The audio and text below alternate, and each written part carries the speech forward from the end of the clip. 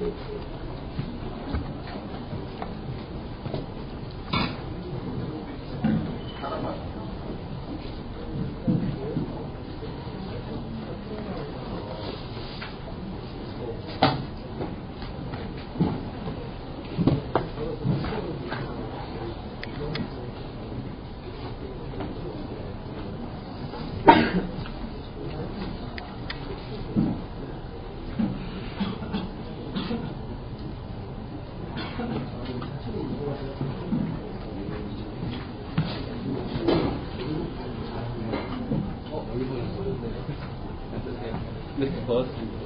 부끄러워서.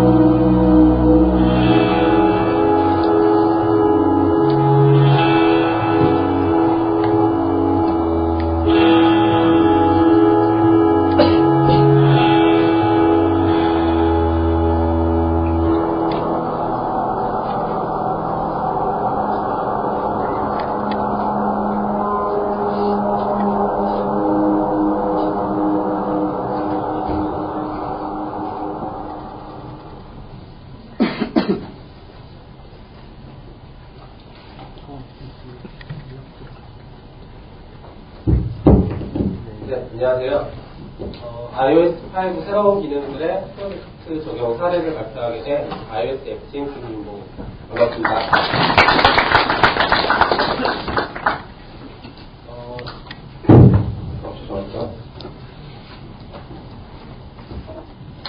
일단 발표 준비를 하면서 어떤 얘기를 드려야 여러분들이 좀 유익한 시간을 가질까라는 고민을 많이 했었는데요. 앞에 분들이 다 보면 지식도 많이 하시고 또 발표 잘하시고 하셔서 사실 걱정을 많이 했습니다. 그리고 발표 자료도 몇 번을 뒤집었었는데 그 책자를 보시면 아시겠지만 대부분 제 내용들은 다 코드로 설명이 되어 있고요. 실제 개발자분들한테 유익하게 제공을 해드리고자 코드를 많이 삽입을 했지만 발표할 때 코드가 많으니까 좀 이상하더라고요.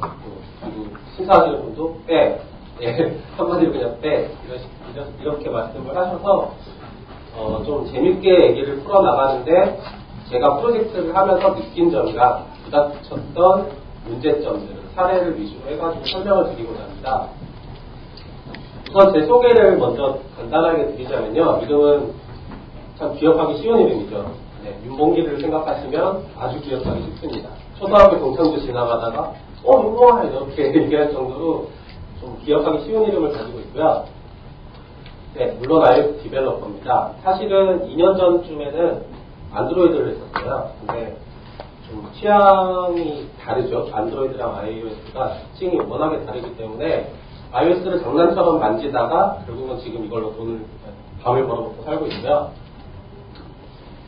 아시는 분은 아시겠지만 트위터에서 Y8K라는 아이디를 가지고 열심히 떠들고 있습니다. 지금 트윗수가 거의 10만 다 돼갈 거예요. 아마 2년밖에 안 됐는데 일은 안 하고 맨날 떠들고 있습니다.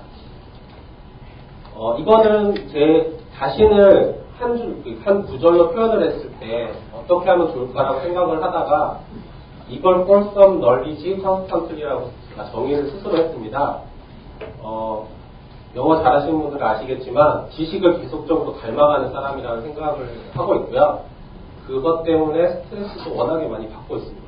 근데 어쩔 수 없는 운명이라고 사주에 그렇게 나왔다고 하더라고요.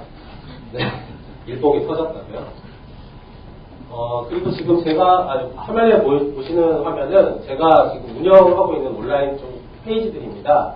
우선 처음으로 보시는 거는 제가 페이스북에 자그맣게 페이지를 하나 만들었었어요. 그러니까 iOS 심플 팁이라고 해가지고 작은 팁들을 올렸었는데 어느 순간 좋아요 눌러주신 분이 120분이 돼서 운이 좋게 페이스북 측으로 URL 하나 받아가지고 지금 iOS 팁이라고 그렇게 입력하시면은 그 페이지를 보실 수 있고요. 그리고 얼마 전까지 운영하던 블로그입니다. 꿈의 일상가라고 해가지고 히스토리에 운영을 했었는데 이 블로그 같은 경우는 현재는 지금 더 이상 블로깅을 하고 있지 않아요. 대신에 아까 앞에 보셨던 페이스북의 링크들은 대부분 이쪽 링크를 타고 있어요. 페이스북 페이지를 운영해 보신 분은 아시겠지만 그 코드 입력하기랑 글을 길게 입력하기가 되게 힘들어요. 그래서 저는 여기다 블로깅을 하고 페이스북 페이지에 링크를 옮기는 식으로 지금 운영을 하고 있고요. 며칠 전에 이제 서버 호스팅을 하나 했는데 거기다 도메인 주소까지 해가지고 이제 새로 시작하는 블로그입니다.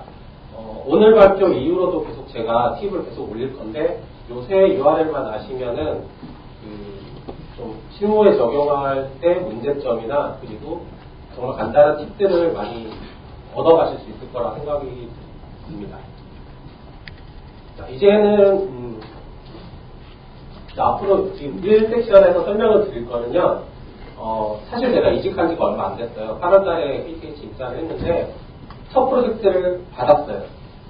받고, 또 거기서 자충우돌 하고, 그리고 어떻게 됐다는 걸 간단하게 설명을 드릴 겁니다.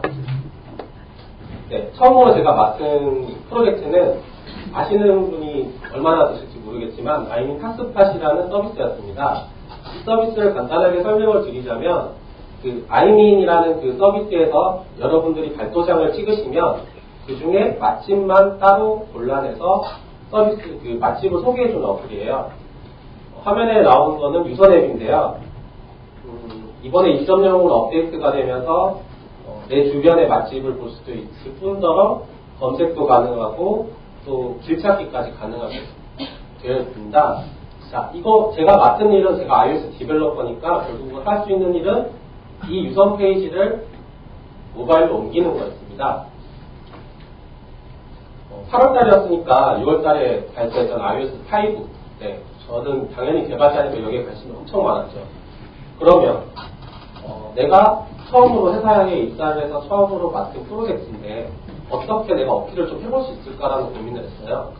회사를 옮겼으니까 뭔가 하나 해야 되겠죠. 그래야지 앞으로 계속 먹고 사는 데 지장이 없을 거니까요.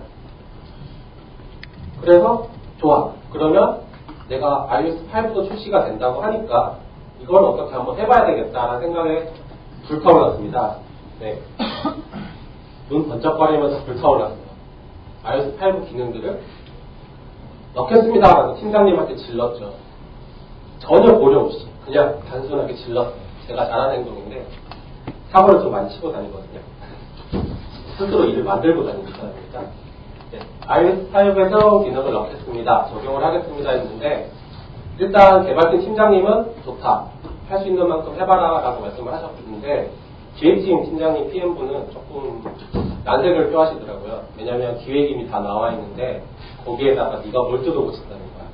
네가 기획자냐? 뭐 이렇게 생각하실 수도 있겠죠. 하지만 저는 말씀을 드렸어요. 백달에서 제가 할 수 있는 한 최대한도로 iOS 5의 기능을 새로운 기능을 적용을 해보겠습니다라고 해서 겨우 허락을 받았어요. 결과는 어떻게 됐을까요? 네, 죽을 맛이었습니다. 그 정해진 시간에 더 제가 추가적으로 뭔가를 한다는 거는 사실 개발자 입장에서는 아주 큰 무리수가 될 수가 있는데요. 프로젝트 하는 내내는 정말 밤도 새고 집에 가서 새벽까지 모듈 만들어서 아침에 출근해서 또 적용하고 좀 많이 힘들었고요. 또 레퍼런스가 워낙에 없기 때문에 그 자체를 만들려면 결국 삽질을 할 수밖에 없는 상황이었거든요. 하지만 네, 만세는 결론은 만세입니다. 네, 일정 내에 다 끝냈고요. 그리고 디버깅도 잘 돼서 지금 현재 서비스를 하고 있습니다. 관심 있는 분들은 꼭 다운받아서 한번 써보시고요. 자, 다음에는 일단 일은 저질렀으니까 수습을 해야 될 거잖아요. 그래서 iOS 5의 새로운 기능들이 어떤 게 있냐 다시 한번 간추려봤습니다.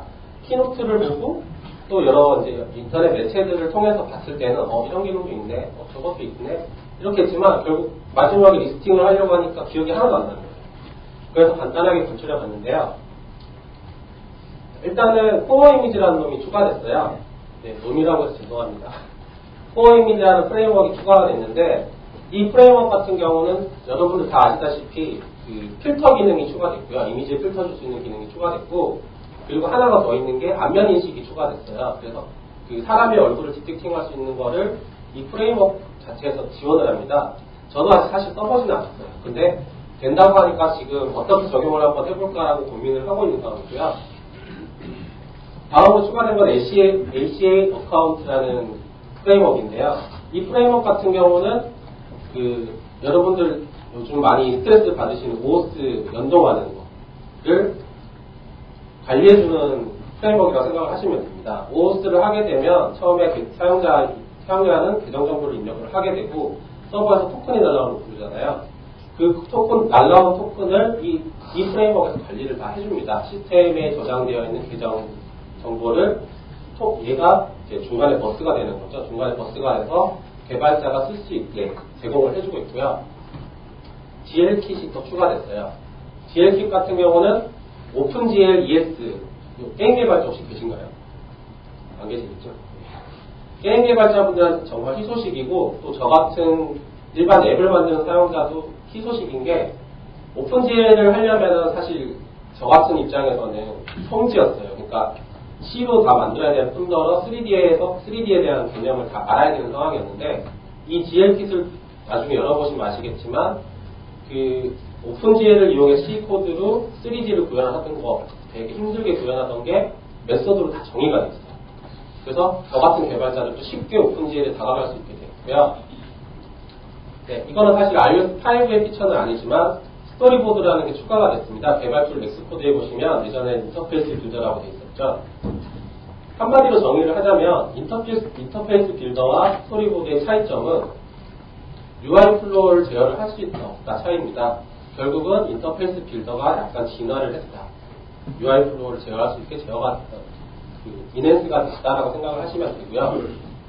다음은 사용자분들은 모두 좌절을 하셨을 영어 실력, 자신의 영어 실력을 좀 이거밖에 안 됐나라고 좌절을 하셨을 수도 있는데 저 역시 좌절을 했고요. 쉬리입니다. 근데 이 쉬리 같은 경우는 사실 iOS 5의 피처기는 하지만 아이폰 4S밖에 지원을 안 하고 있고요. 더욱이 프레임워크는 당연히 지원을 안 하고 있습니다. 하지만 이 쉬리의 프레임워크가 나중에 공개가 되었을 때 어떤 전략이나 그리고 개발 서비스 그런 것들을 미리 생각을 해보시는 게 좋을 것 같아서 이렇게 추가를 했고요. 다음 트위터입니다. 사실 제가 오늘 발표할 내용 중에 제일 많은 부분을 차지하고 있는 게 트위터인데요. 트위터가 기존의 서비스였던 트위터가 시스템에 들어와 버렸어요. iOS 자체에. 뭐 들어왔으니까 그냥 하면 되지라고 생각을 하실 수도 있는데 사실 트위터 연동을 하면서 정말 왜 이게 안 되지라는 생각을 엄청 많이 했어요. 왜? 구조를 모르니까. 그래서 오늘 제일 설명을 많이 드릴 거고요. ARC도 역시 엑스코드의 피처로, 컴파일러의 피처로 들어갔죠. 엑스코드 4점 때부터 LLVM 3.0 컴파일러가 추가가 되면서 이 ARC 기능을 쓸 수 있게 됐어요. 이따가 설명을 드리겠지만 사실 ARC라는 게 이거 어떻게 또 언제 배우냐 이렇게 생각을 하실 수 있는데 저희 팀 차장님이 그러시더라고요. 먼저 써보신 분이 그냥 릴리즈하고 리테인 안 하면 돼. 이렇게 그냥 간단하게 정리를 해주시더라고요. 이따가 자세히 설명을 드릴게요. 그 다음은 아이클라우드입니다. 이 아이클라우드는 사실 아까 앞에 세션에서 말씀하신 클라우드에 대해서 말씀을 해주셨는데 클라우드 요즘 많이 얘기를 하죠. 근데 이 아이클라우드는 이미 아시는 분은 아시겠지만 기존의 클라우드하고는 전혀 다른 개념이에요. 물론 시스템 단에서는 거의 비슷하겠지만 사용자 입장에서는 기존의 클라우드 서비스하고는 전혀 다른 서비스라고 생각을 하시면 되고요. 이 역시 추가가 되면서 나 클라우드 안 쓰면 될 거 아니에요. 그냥 안 쓸래 라고 생각을 하실 수 있는데 그게 아니라는 걸 일단 설명을 드릴게요. 그 다음 리마인더입니다. 리마인더는 한국 앱에는 한국 앱의 이름이 기억이 안 나는데 시리가 리마인드에 등록을 계속 시키죠. 외국 시리 영상을 보면 내가 몇 시에 회의가 있어. 몇 시에 나를 어떻게 알려줘라고 했을 때 다 리마인더에 등록이 돼요. 이 리마인더 API가 제공이 됐었으면 서드파티 앱에서 재밌는 앱들이 정말 많이 나왔을 거고 저 역시 만들고 싶었던 앱을 구상을 하고 있었는데 아쉽게도 아직 API를 제공을 안 해주더라고요. 하지만 제 예측에는 분명히 조만간에는 제공을 해주지 않을까라고 생각을 하고 있습니다. 앞에서 설명드렸듯이 쉬리랑 리마인더 같은 경우는 여러분들이 앞으로 앱을 만드시거나 기획하시거나 아니면 혼자 개인 개발을 하시던 간에 어떤 걸 만들어 볼까를 미리 구상해 볼 수 있는 시간이 될 수 있을 것 같아요. 그러니까 시간이 많이 남았죠. 그다음 노티피케이션 센서인데요. 이거는 보통 이제 앱들 나온 거 보면 안드로이드가 아이폰 거 뺏겼다 이런 얘기 많이 들리죠. 근데 이건 반대거든요. 아이폰이 안드로이드 걸 뺏겼어요. iOS 5를 적용을 해보신 분들 아시겠지만 위에서 이렇게 내리면은 안드로이드의 테스트 매니저처럼 이렇게 쭉 내려와가지고 현재 노티가 어떤 게 와 있는지를 다 볼 수 있게 됐고 그리고 위에 날씨랑 주시까지 나오죠. 근데 이거 나왔을 때도 이미 이거에 대해서 알고 계신 분들은 그러면 내 앱을 여기에다가 위젯으로 등록을 해야지라고 생각을 하셨을 거예요. 하지만 이 역시 API를 제공을 안 해주더라고요. 근데 이것도 어떻게 보면 가능성이 될 수도 있는데 이거는 사실 애플 입장에서 API를 열어줄지는 사실 의문이 많이 들어요. 왜? 걔들 영역을 침범하는 걸 정말 싫어하거든요. 아시다시피. 그래서 언젠가는 제한적으로 열어주지 않을까라고 생각을 했었고요. 뉴스 스탠드죠. iOS 5가 정식 출시되고 나서 한국 아이튠즈 앱스토어에 이변이 일어났어요. 뉴욕타임즈 앱이 1위로 올라갔죠. 무료에. 이유는 딱 하나였어요. 다들 영어를 잘하시는 게 아니고 뉴스 스탠드가 적용이 됐다는 거였어요. 뉴스 스탠드 요즘에는 한국 앱들도 꽤 많이 지원을 하고 있는데 써보시면 정말 편해요. 그러니까 가판대에서도 내가 책을 꺼내서 읽는다는 생각이 들고요. UX적으로도 정말 편하게 만들어놨더라고요. 그리고 적용하는 방법도 되게 쉽게 돼 있어요. 그 다음은 제이슨 파서인데요. 기존의 iOS 내부에 파서라고 해봤자 XML 파서밖에 없었어요. 그것도 되게 인터프리터 파서라서 한 줄 한 줄 이제 다 이렇게 자기가 다 컨트롤을 해야 되기 때문에 대부분 외부 라이브러리 쓰시죠. 근데 제이슨 역시 마찬가지였을 거예요. 제일 대표적인 게 SVJson 많이 쓰셨을 건데 제이슨 파서가 자체가 내장이 됐어요. SVJson 같은 경우는 데이터 받아서 스트링으로 다 바꿔서 다시 파서에 집어넣어야 되는데 얘는 그냥 데이터 형태를 그냥 그대로 집어넣었을 때 바로 파서가 파싱이 되기 때문에 좀 빠른 것 같더라고요. 근데 통계 사료는 아직 못 봤어요. 얼마나 빠른지는. 그리고 그 외에 UIKit에 포함되어 있는 구성 요소들이 인핸스드 됐습니다. 그 WWDC 키노트 보신 분들 아시겠지만 발표자가 UI 얼럿에 텍스트 필드가 이제 기본적으로 들어갑니다 라고 했을 때 사람들이 다 일어나서 박수 쳤어요. 네, 그만큼 고생을 많이 하셨다는 얘기죠. 네, 그 외에도 여러 가지가 좀 변경이 됐고요. 이 기능들을 죄송합니다. 이 기능들을 모두 적용을 하려고 하니까 뭐 예를 들어서 GLT 같은 경우는 도저히 내가 만드는 앱에 3D는 전혀 어울리지 않아요. 네. 그리고 스토리보드 저는 사실 인터페이스 빌더 안 쓰거든요. 소스 관리가 너무 힘들어가지고 인터페이스 빌더를 안 써요. 개인 개발자나 아니면 다의 UX 해주시는 분 따로 있어요. 퍼블리셔가 따로 있다면 인터페이스 빌더를 썼겠지만 저같이 코더가 디벨로퍼 같은 경우는 스토리보드를 도저히 못 쓰겠더라고요. 나중에 몇 달 지났다가 이 소스 다시 열어봤더니 이 변수 어디 거지? 이렇게 해서 또 열어서 또 열어보고 너무 힘들어가지고 그때부터 아예 아주 다 코딩으로 하거든요. 그래서 이제 적용을 어떻게 할 수 있을까라고 한 개씩 고민을 하다 보니까 결국 남는 건 이 6가지밖에 없었어요. 이 6가지에 대해서 뒤에 설명을 드릴게요. 일단 첫 번째는 아이클라우드인데요. 아이클라우드 사실 별거 없습니다. 기존의 드랍박스, 유클라우드, 다음 클라우드 같은 경우는 사용자가 클라이언트 다운받아서 시스템에 적용을 하고 동기화시킬 폴더 적용을 하고 이 작업을 해줘야지만 사용자가 어디를 가든 같은 데이터를 쓸 수 있었죠. 근데 아이클라우드 같은 경우는 자기가 알아서 백업을 해줍니다. 그리고 개발자가 사용자가 만든 문서나 데이터 파일을 아이클라우드 올리고 싶다고 했을 때는 기존의 NS 유저 디포트나 이제 저장하는 세이브 패스 같은 메소드를 써서 그냥 그 입력을 하면 돼요. 그럼 바로 올라가고 바로 내려오고. 개발자 할 게 뭐가 있겠어요? 그냥 나는 로컬에 저장 안 하고 여기다 올릴 거야 라고만 해주면 끝이거든요. 사실. 근데 의외의 복병이 있었어요. 데이터 스토리지 이용 가이드가 바뀌어버렸어요. 네, 엄격하게 적용을 하고 있고요.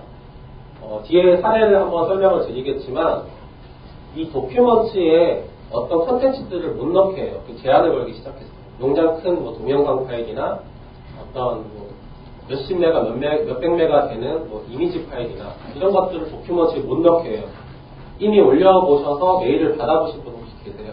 애플에서? 수정하라고? 없으신 것 같은데 저희는 한번 사례가 있었어요.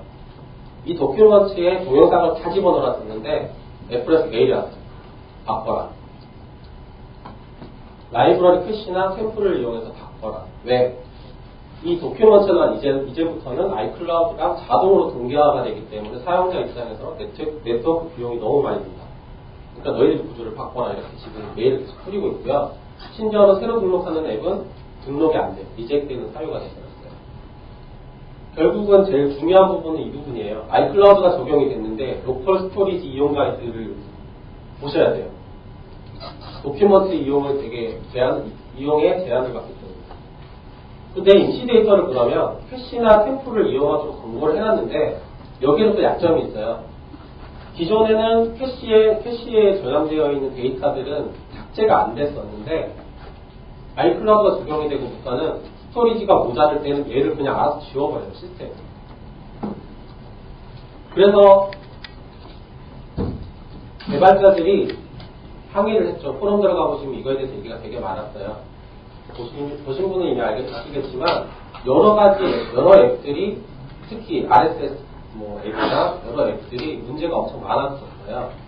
그래서 그런지 몰라도 최근에 업데이트된 5.0.1에서는 파일의 속성을 하나 추가하게 됐어요. 그 이름이 두납 백업인데요. 이 속성이 부여된 파일은 도큐먼트에 있다 하더라도 아이클라우드하고 동기화가 안 돼요. 애플에서는 거의 임시 방편으로 만들어준 것 같은 느낌이 많이 들죠. 이걸 적용하는 방법은 이 메소드를 그대로 이용을 하시면 됩니다.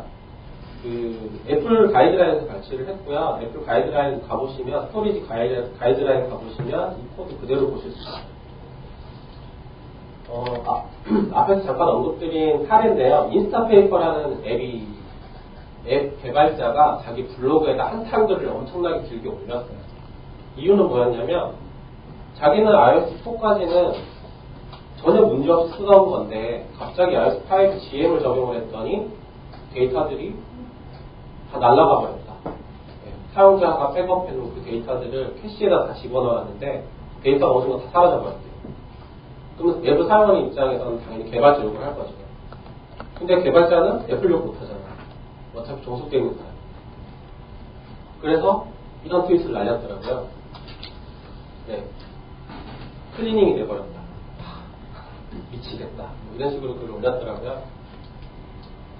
여기서 중요한 거는 여러분들이 앞으로 앱을 개발하실 때 도큐먼트 폴더를 사용하실 때는 주의를 하셔야 된다는 부분입니다. 자세한 내용은 가이드라인을 더 깊게 읽어보시던가 사례를 읽어보시면 되지만, 확실하게 한 가지를 제가 이제 말씀을 드리자면, 도큐먼트 폴더를 웬만하면 사용하지 마시고 템프랑 캐시 폴더를 쓰시더라도 삭제된다는 거를 생각을 하셔야 돼요. 제 생각에는 이렇게 해서 아이클라우드하고 동기화를 유도시키고 컨텐츠 큰 거는 IAP를 쓰라라는 게 결론인 것 같아요. IAP를 쓰면 어차피 내가 여기서 지워져도 다시 다운받을 수 있잖아요. 컨텐츠가. 그렇게 해서 이제 앞으로 계속 애플이 밀고 나가지 않을까라는 생각이고요. ARC입니다. ARC는 앞에 설명드렸듯이 릴리즈하고 리테인 안 하면 된다라고 생각을 하시면 돼요. 기존에 사용자가 일일이 하나씩 해줬던 부분이 컴파일러가 알아서 해줘요. 근데 여기도 사실 왈가불가가 많기는 하거든요. 그 왈가불가가 이것 때문이에요. 코어 파운데이션은 일단 적용이 안 됐고요. 그리고 네이티브 C에 되게 익숙하신 분들은 C 구조체를 많이 이용하실 텐데, 구조체 쓰지 말라고요. ARC를 할 때는 오류가 날 수 있으니까 쓰지 말라고 하고요. 객체하고 객체가 아닌 보이드 포인터 같은 경우에 직접 캐스팅을 하지 말라고 지금 공고가 나와 있고요. 전 해보진 않았는데 이렇게 하면 죽는 경우가 많이 생긴다고 하더라고요. 그리고 오토릴리즈, NS도 오토릴리즈 대신에 오토릴리즈 풀을 이용해서 블록을 처리해서 그쪽에서 스레드 돌리거나 이런 것들을 여기서 처리하라고 공고가 나와 있고요. 그리고 프로퍼티의 속성을 주시던 assign, retain 대신에 wig이나 strong을 써라. 근데 사실 어사인은 위기라고 생각하시면 되고요. retain은 strong이라고 생각을 하시면 돼요. 카피를 하고 안 하는 게 차이기 때문에 요 5가지만 생각을 하시면 크게 문제가 없습니다. 대신에 코드에 C코드가, 네이티브 C코드가 많은 경우에는 ARC도 웬만하면 적용하지 않으셔야 될 거고요. ARC 적용 안 한다고 해서 앱 리젝이 되거나 안 돌아가서 그런 건 없습니다. 그냥 리테인, 릴리즈, 내가 하고 싶으면 그냥 ARC 적용 안 하시고 쓰시면 돼요. 저는 아직은 ARC 적용을 안 하고 쓰고 있어요, 사실. 한번 해보고, 분명히 메모리 릭은 안 나는데, 뭔가 좀 찝찝해요. 기존에 하던 릴리즈, 리테인 안 하는 거예요. 그래서 저는 릴리즈 아직 손으로 하고요. 제 개인적인 생각은 그렇습니다. 릴리즈 손으로 관리를 하는 게 오히려 더 안전하지 않을까. 그리고 메모리 관리는 더 편하지 않을까. 개발자 입장에서 컨트롤을 더 많이 들수록 좋은 거잖아요. 근데 컴파일러가 알아서 한다고 해서 믿을 수 있으시겠어요? 보통 개발 쪽에서는, IT 쪽에서 오토메이션이라고 하면 뭔가 의심을 하죠. 예외 문제 있을 거다. 네, 저 역시 그런 생각이고요. ARC는 결국은 성능보다는 생산성의 향상이기 때문에 하시든 안 하시든 자율이라고 생각을 합니다. 다음 트위터인데요. 많이 보셨죠? 그 시스템의 트위터 설정을 들어가면 이렇게 화면을 볼 수가 있는데요. 위쪽에는 사용자가 등록한 계정이 나오고 아래쪽에는 이 계정을 이용하는 앱들이 나옵니다.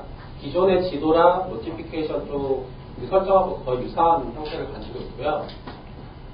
앞에서 설명드렸던 AC 어카운트 프레임워크인데요. 이 구조만 아시면 트위터 계정 연동하실 때 전혀 문제가 없으세요. 저는 사실 이 개념이 머리에 안 들어와서 좀 고생을 많이 했었는데요. 우선은 AC 어카운트 스토어라는 놈이 있어요. 이 프레임워크, 이 클래스 같은 경우는 그 시스템 내부의 트위터 계정 정보를 저장할 공간하고 연결을 해주는 부분이에요. 그러면 이 타입을 이용해서 이 저장되어 있는 여러 개 단체에 저장이 되어 있다면 이 중에 어떤 어카운트 타입을 받아올 것이냐거든요.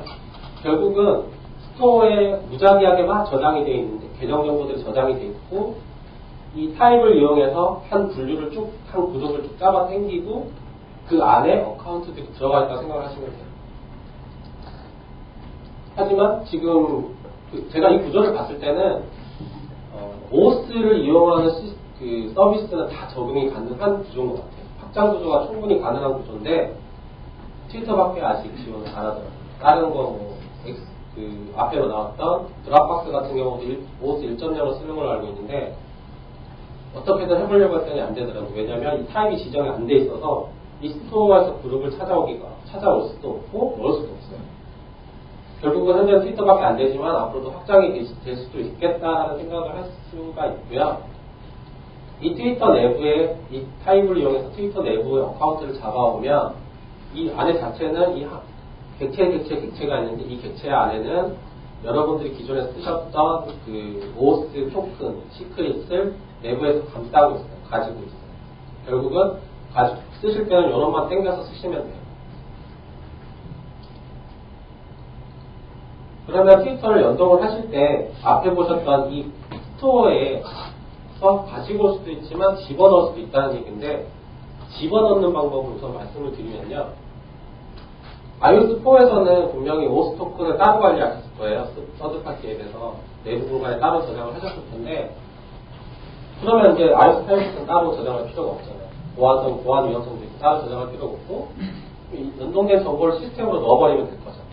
이게 넣는 방법입니다. 기존에 발급받으셨던 토큰이랑 시크릿을 그 어카운트 객체의 크레덴셜이라고 입력을 하시면요. 시스템으로 자동으로 들어가요. 그때 사용하시는 메소드는 이 한 줄밖에 안 됩니다. 세이브 어카운트라는 메소드를 호출을 하시면 기존에 연동을 이 서비스, 하나의 서비스에 대해서 연동받았던 계정 정보가 시스템으로 들어가면서 전체를 다른 앱들도 다 적용이 가능하게 됩니다. 그래서 기존에 가지고 계셨던 토큰이랑 시크릿이 있으셨다면 세이브 어카운트를 이용해서 iOS5일 때 넣으시면 됩니다. 그럼 시스템으로 자동으로 등록이 됩니다. 그 이후부터는 그냥 쓰시면 되고요. 이렇게 연동을 하실 때 이렇게 들어가 있는 앱, 이제 계정 정보를 다 넣었어요. 그러면 이제 연동을 하셔야죠. 처음에 접속을 하면 이렇게 뜹니다. 접근을 하려고 하는데 승인을 하시겠습니까? 아니면 승인을 하지 않으시겠습니까? 기존에 보셨던 그 위치 정보 승인이나 똑같죠. 이렇게 해서 똑같은데요. 이거는 이 메소드가 호출될 때 뜨게 되고요. 조건은 처음 실행했을 때 그리고 사용자가 아까 설정에 들어가서 거부했을 때, 허용 안 하면 했을 때는 이 창이 항상 뜨게 돼요. 이 메소드를 호출할 때는. 그리고 승인을 했어요. 승인을 했을 때 그러면 어떤 계정 정보를 그 다음부터 가져와야 되겠죠. 승인이 됐으니까. 그때는 현재는 하나밖에 없는데요. 만약에 5개가 되어 있으면 저 핫스팟 같은 경우는 5개가 액션 시트로 올라오고 그 중에 하나 선택을 하면 그놈만 가지고 있게 돼요. 근데 그놈만 가지고 있으려면 그놈의 어떤 키를 가지고 있어야 된다는 거예요. 그놈을 구분할 수 있는 뭔가가 있어야 되잖아요. 그럼 여기서 어떤 걸 가지고 있으면 될 것 같아요? 저는 처음에 생각을 했던 게 애쉬 어카운트 그 객체를 가지고 있으면 되겠구나 생각을 해가지고 객체를 저장을 했어요. NS 유저 디포트로 해서 로컬리 저장을 했었는데 못 받아요. 얘를 받아도 안 되고 얘를 받아도 안 되고 다 받아봤지만 결국은 받아올 때 또 다시 받아와야 되는 문제점이 생겼는데 답은 이 아이덴티파이어였어요. 아이덴티파이어가 뭐 하는 놈일까라고 이름만 봤을 때는 그냥 구분자 같은데 이렇게 생각을 했는데 이런 메소드가 있더라고요. 아이덴티파이어로 바로 어카운트를 가지고 객체를 가지고 올 수 있는 메소드가 있었어요. 이 메소드를 이용하면 이 객체를 받아올 수 있기 때문에 아까 그 연동했을 때 사용자가 아이디를 눌렀을 때는 이 아이덴티파이어를 가지고 있으시면 돼요. 자, 이제 연동을 했으니까 트윗에 뭔가 하나 올려봐야 되겠죠. 많이 보셨을 화면일 겁니다. 트윗에 공유하게 했을 때 뜨는 화면이죠. 이놈은 트위터 컴포저라고 해서 기존의 MF 메시지 컴포저랑 똑같이 생겼어요. 그리고 기능도 똑같아요. 메소드도 되게 이상하고. 일단은 can send tweet이라고 해서 이제 사용을 할 수 있냐 없냐 판단을 하신 다음에 텍스트, URL, 이미지 3개 다 저장도 되고요. 이 중에 하나만 해도 되고요. 입력을 하시게 되면 결과로는 캔슬 아니면 단 이 두 가지로 해서 결과값을 보여주는데 보내기하고 취소 이 두 가지 중에 하나입니다. 근데 이 컴포즈의 문제점은 뭐냐면 보내기를 눌렀어요. 근데 보내기를 누르고 앱을 막 쓰고 있는데 갑자기 얼럿이 탁 떠요. 연동 못했다. 업데이트 못했다고. 그 다음엔 또 어떻게 해야 될지 감을 못 잡겠더라고요. 그래서 이거는 쓰려고 했다가 이뻐서 쓰려고 했는데 포기를 했고요. 결국은 선택을 한 거는 트위터 리퀘스트였어요. 이 트위터 리퀘스트 같은 경우는 아까 컴포즈 같은 경우는 사용자 화면에 보이고 그냥 바뀌니까 개발자 입장에서 얘를 띄워주고 닫아주면 끝이었지만 트위터 리퀘스트 같은 경우는 기존에 쓰셨던 URL 리퀘스트하고 똑같은 구조예요. 그래서 어카운트 정보 입력을 하고 프로퍼티를 입력을 하고 URL 트위터 API URL 정보 입력하고 그 다음에 변수들 파라미터들을 입력을 하면 트위터에 연동이 되고요. 트위터에 있는 타임라인까지 불러올 수 있어요. 이 URL만 다르게 바꾸면요. 그리고 그 커넥션 할 때는 perform request with handler라고 하시면 이 메소드를 호출하시면 트위터 서버에서 날라오는 리스판스와 데이터들을 받아서 바로 처리를 할 수 있게 됩니다. 그리고 제이슨 타서인데요. 이거는 사실 트위터 때문에 입력을 한 것 같아요. 트위터에서 그 리스판스 되는 데이터들은 다 제이슨으로 날라오게 돼 있어요. 이 자체에서. 물론 코어 쪽에 보시면 XML도 가능하고 여러 가지 타입들이 가능한데 iOS 5에 내장되어 있는 트위터 프레임워크를 쓰시면 무조건 제이슨으로 데이터가 날라오고요. 제이슨 시리얼라이제이션이라고 해서 이 클래스를 다음과 같이 이용을 하시면 기존의 어떤 데이터 형식을 제이슨으로 바꿀 수도 있지만 스트림도 가능합니다. 스트림 데이터도 바로 제이슨 파싱해서 화면에 뿌릴 수가 있게 되고요. 이 두 개를 봤을 때는 분명히 트위터의 데이터를 파싱하기 위한 문화라는 생각을 하실 수 있으시고요. 물론 트위터 외에 다른 데이터들도 다 해봤는데 잘 되더라고요. 결국은 그 외부 라이브러리를 따로 쓰실 필요 없고 그냥 편하게 이거 쓰시면 될 것 같아요. 그 다음에 UIKit이 바뀐 부분에 대해서 설명을 드릴 건데요. 우선 컨테이너 뷰 컨트롤러 설명을 드리자면 쉬워요. 기존의 뷰 컨트롤러가 하나에 뷰들이 막 붙었다면 이제는 이 뷰 컨트롤러 밑에 자식 뷰 컨트롤러들이 생겼다. 지정을 할 수 있게 됐다고 생각을 하시면 되고요. 이 설명을 드린 이유는 이 페이지 넘김 효과 때문입니다. 제가 개발하면서 찍었던 동영상이었는데 아이북스 써보셨던 분들은 아시다시피 이렇게 넘길 때 애니메이션 되게 현란하죠. 접히고 페이지 접히고 이런 거 보시면 지금 막 페이지 접었다가 넘겼을 때 자연스럽게 넘어가고 이거 구현하려고 오픈소스 좀 찾아보시면 이거 똑같이 구현하려고 노력하신 개발자분들 엄청 많아요. 근데 똑같이 되는 게 하나도 없어요. 저도 역시 찾아봤는데 전혀 없었고요. 근데 iOS 8부에 얘들 넣어줬어요. UI 페이지 뷰 컨트롤러라는 놈을 넣어줬어요. 사용하시는 방법은 정말 간단해요. 두 개의 뷰 컨트롤러가 있으면 되는데요. 하나는 컨텐츠 정의된 앞에서 보셨던 이미지가 들어가 있는 뷰 컨트롤러 하나 있으면 되고요. 그리고 이 자체를 전체를 제어할 뷰 컨트롤러 하나 있습니다. 두 개만 있으면 앞에 보셨던 그 현란한 그 페이지 변환 효과를 쓰실 수 있고요. 구조는 이렇습니다. 현재 지금 인덱스가 있다면 이전 인덱스와 이후 인덱스를 미리 호출을 해놔요. 미리 호출을 해놓고 이렇게 넘길까 하다가 안 넘기더라도 문제가 안 생기는 거예요. 이미 호출이 돼 있기 때문에 문제가 안 생기는 거고요. 완전히 넘어갔을 때는 이 인덱스가 바뀌겠죠. 이 인덱스를 잡으셔서 구현을 하시면 되는데 구현하는 방법은 책에 보면 자세하게 제가 코드를 다 실어놨고요. 우선 메소드를 다 간단하게 소개를 드리자면 우선 딜리게이트 메소드가 하나 있고 데이터 소스 메소드가 하나 있고요. 그 UI 테이블 뷰를 이용해서 개발을 해보시면 아시다시피 딜리게이트 메소드가 프로토콜 정의된 게 딜리게이트하고 데이터베이스 두 개로 나뉘어져 있거든요. 이 이름만 아시면은 금방금방 쓰실 수 있는데, 데이터 소스는 어떤 기능 구현이 아니고 다운 데이터, 이전 데이터를 뭘로 할 것이냐를 정의를 해주시는 부분이기 때문에 이 두 개, 그러니까 비포랑 애프터 이 두 개의 메소드에다가 어떤 뷰 컨트롤러가 이전 뷰 컨트롤러고 어떤 게 다음에 나와야 된다는 걸 정의만 해주셔야 돼요. 저는 여기다가 막 액션 집어넣고 막 했다가 삽질을 엄청 많이 했거든요. 그리고 어떤 액션이 들어가야 된다 싶으실 때는 이 딜리게이트 이용하시면 돼요. 그 책에 있는 코드를 보시면 되게 쉽게 이해를 하실 수 있을 거예요.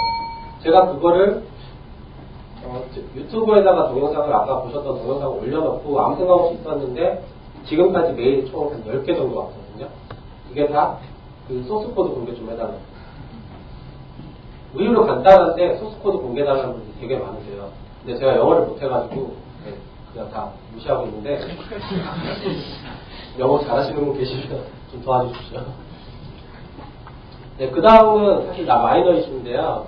여러분들 그 내비게이션 바랑 툴바를 많이 쓰실 거예요. 근데 그 툴바랑 내비게이션 바를 쓰실 때 디자이너분들이 그러셨죠. 제발 여기 이미지 하나 올려주세요. 색깔 어떻게 바꿔주세요. 기본적으로 색깔 틴트 컬러 적용을 하면 그라데이션 없죠. 그라데이션 없애주세요. 네, 고생 많이 하셨을 거예요. 그리고 방법은 드로렉트 이용해가지고 편법으로 이미지를 호출하던가 아니면 레이어를 이용하다든가 아니면 이것도 싫다. 그러면 일일이 다 UIV로 그리시죠. 네, 똑같이. 근데 애플이 그걸 알았는지 이제는 기본 메소드로 지원을 해줘요. 네, 셋 백그라운드 이미지라고 해가지고 이거 쓰시면 이미지 이쁘게 들어가거든요. 그리고 바버튼, 그 다음에 바버튼 아이템도 쉽게 넣을 수 있으시고 타이틀도 쉽게 넣을 수 있어요. 문제는 iOS 5밖에 안 된다는 거죠. 그 다음은 정책적인 이슈인데요. 사실 이 부분을 설명을 드릴까 뺄까 고민을 많이 했었는데 눈치 빠른 분들이 이미 보셨을 거예요. UDID 얻는 메소드가 디프리케이트 될 예정이에요. 디플로이먼트 타겟을 5.0으로 하시면 이 메소드 호출했을 때 워닝일 거예요. 디프리케이션 된 거 쓰지 마세요.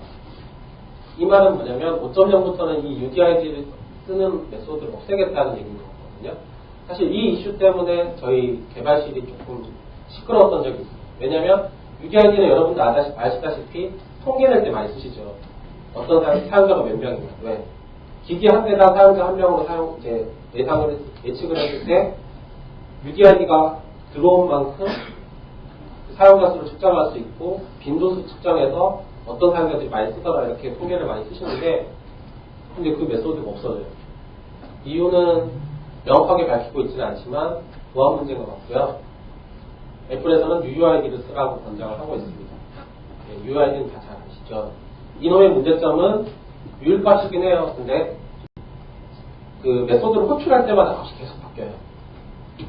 그렇게 되면 사용자가 누군지 전혀 예측을 할 수가 없는 상황이고 심지어는 사용자가 앱을 지웠다가 다시 인스톨했을 때, 설치를 했을 때는 이 UID 값도 바뀌어요. 그거에 대한 정책을 미리 생각을 하셔야 된다는 의미로 이 자료를 말씀을 드리는 겁니다. 결국은 UUID는 기계 유일값이 아니기 때문에 말씀드렸듯이 앱을 지웠다가 설치할 때만 달라질 수 있다. 그럼 계속 가지고 있어야 되겠죠.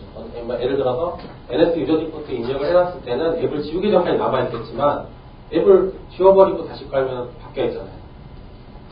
그걸 어떻게 대처를 해야 될지를 미리 생각을 하셔야 될 것 같아요. 그게 아니라면 유일값을 얻기 위해서는 맥 어드레스를 이용할 수 있는 방법밖에 없습니다. 근데 UUID도 못 쓰게 하는데 맥 어드레스 쓰게 할까라는 생각도 들거든요, 사실. 그래서 해시 값을 해가지고 맥 어드레스에 해시 값을 적용을 해서 쓰면 가능하지 않을까라고 생각하실 수 있는데 UDID 같은 경우는 여러분들 아시다시피 어떤 앱에서 쓰던 같은 값이에요. 근데 맥 어드레스까지는 같은 값이지만 해시를 어떻게 하느냐에 따라서 다른 값이 다 돼버리잖아요. 그럼 결국은 저희 회사 같은 경우 예를 들어서 KTH에 있는 모든 아이폰 앱들은 해시 값을 어떻게 주겠다라고 정의를 해놔야지만 이게 통계가 들어올 수 있다는 거죠. 이 부분에 대해서는 의견이지만 미리 고려를 해주시는 게 좋을 것 같아서 설명을 드렸습니다. 자, 마지막인데요. 짧게 끝내겠습니다. 네. 열심히 iOS 5 기능 적용했더니 파일이 호환성 유지하랍니다. 네. iOS 5를 업데이트한 사용자가 통계로 봐도 30%밖에 안 돼요. 심지어는 아이폰 4S가 나오기 전에 최신 디바이스인 아이패드 2도 36%밖에 안 돼요. iOS 5 이용자. 그리고 3, 4, 5를 봤을 때 4 이용자가 여전히 많습니다. 이 통계는 11월 초 데이터거든요. 여전히 많은데 열심히 iOS 5 기능 다 집어넣었더니 iOS 4 사용자들 어떡하나. 그래서 네, 좌절을 했어요. 근데 좌절을 한가한 자들의 시간 낭비라는 이 만화가 딱 눈에 띄더라고요. 그래서 다시 작업을 했어요. 일단 프로젝트 설정하실 때는 그 트위터랑 어카운트 같은 경우는 iOS 5만 있기 때문에 설정에 가셔서 옵셔널로 꼭 바꿔주셔야 돼요. 아니면 컴파일 에러 나니까요. 기본값이 리쿼어야 되기 때문에 별 신경 안 쓰셨을 거예요. 이거는 꼭 옵셔널로 설정을 하시고요. 그리고 항상 정말 제 코드에 제일 많이 들어가 있는 부분인데 이걸로 분기를 하셔서 파일 볼 때는 새로운 기능 아니면 예전 기능 결국 2번이라게 되는 거죠. 네. 그래서 다 처음에 그냥 급해서 막 짜다가 나중에 결국은 클래스를 더 만들어버렸어요. 그리고 iOS 5 기능이 들어가 있는 클래스 하나, iOS 4 기능이 들어가 있는 클래스 하나 만들어서 트위터를 예를 들자면 OA 컨슈머를 사용해서 트위터 연동하던 기존 모듈 그대로 두고 iOS 5의 피처를 쓰는 모듈 하나 만들어요. 결국 다음에 iOS 4는 이제 지원 안 했습니다. 그런 부분만 뺄 수 있어요. 네. 코딩 하실 때 iOS 5 앱을 만드실 때는 이 부분도 고려를 하셔야 된다는 얘기고요. 전 이것 때문에 한 이틀인가 밤을 샜거든요. 귀찮다고 생각하지 마시고요. 꼭 고려를 하시기 바랍니다. 결론인데요. 일단은 두 가지로 봤어요. 제가 하고 있는 프로젝트 서비스를 봤을 때는 말씀드렸듯이 iOS 4, 아직 여전히 이용자가 많은 iOS 4 사용자를 기준으로 해야 될 거고 거기에다가 내 기능은 또 넣자니 애매하고 결국은 이것도 전략이 필요하다는 생각을 했었어요. 그러니까 어떤 기능을 넣고 어떤 기능을 넣지 말고 또 넣을 때는 어떻게 모듈화를 시켜야 되겠다라는 생각을 꼭 하셔야 된다는 생각이 들었고요. 저 역시 이것 때문에 많이 느꼈던 부분이고요. 자기 자신을 위해서는 그렇게 생각을 해요. 여러분들이 컨퍼런스 와서 그 강의를 듣고 컨퍼런스 강의를 들으시는 이유가 새로운 걸 뭔가를 해보고 싶거나 궁금한 게 있기 때문에 오시는 거잖아요. 그러면 새로운 건 뭔가는 개발자들한테 뭔가 분명히 활력소거든요. 뭘 해볼 수 있겠구나. 뭘 더 해보고 싶은데. 근데 그 기획 쪽에서는 하지마. 네. 그렇게 하면은 재미없으시죠. 디벨로퍼가 아니고 코더가 된 기분이고, 시간 맞추기 짜증나고, 그냥 이거 해주고 말지 뭐. 나중에 귀차니즘에 빠져가지고, 이거 문제 있는데 얘기 안 해야지. 나만 귀찮지. 네. 그렇게 되실 것 같아서, 좀 고생은 했지만, 저는 이 프로젝트 하면서 이런 새로운 거, 제가 스스로 얘기해서 뭔가를 고생은 하지만 적용을 해가지고 제 스스로 보람된 일을 찾는 거에 대해서 너무 기분이 좋고 재밌었어요. 여러분들 프로젝트 끝나셨을 때 와 이제 술 먹으러 가자 이렇게 하시잖아요. 그거 이상의 어떤 뭔가를 느꼈기 때문에 여러분들도 이 강의 내용 부족한 강의 내용을 보시고 고려해야 될 점이랑 고려하지 말아야 될 점 그리고 기획자한테 어필할 수 있는 방법들을 어떻게 어필을 해야 될까라는 그 전략이랑 그런 것들 많이 생각해 보셨으면 좋겠다는 생각이 들었습니다. 일단 제 발표는 여기까지고요. 네, 제가 발표 준비를 많이 못해가지고 좀 많이 버벅거렸는데 끝까지 들어주셔서 감사합니다.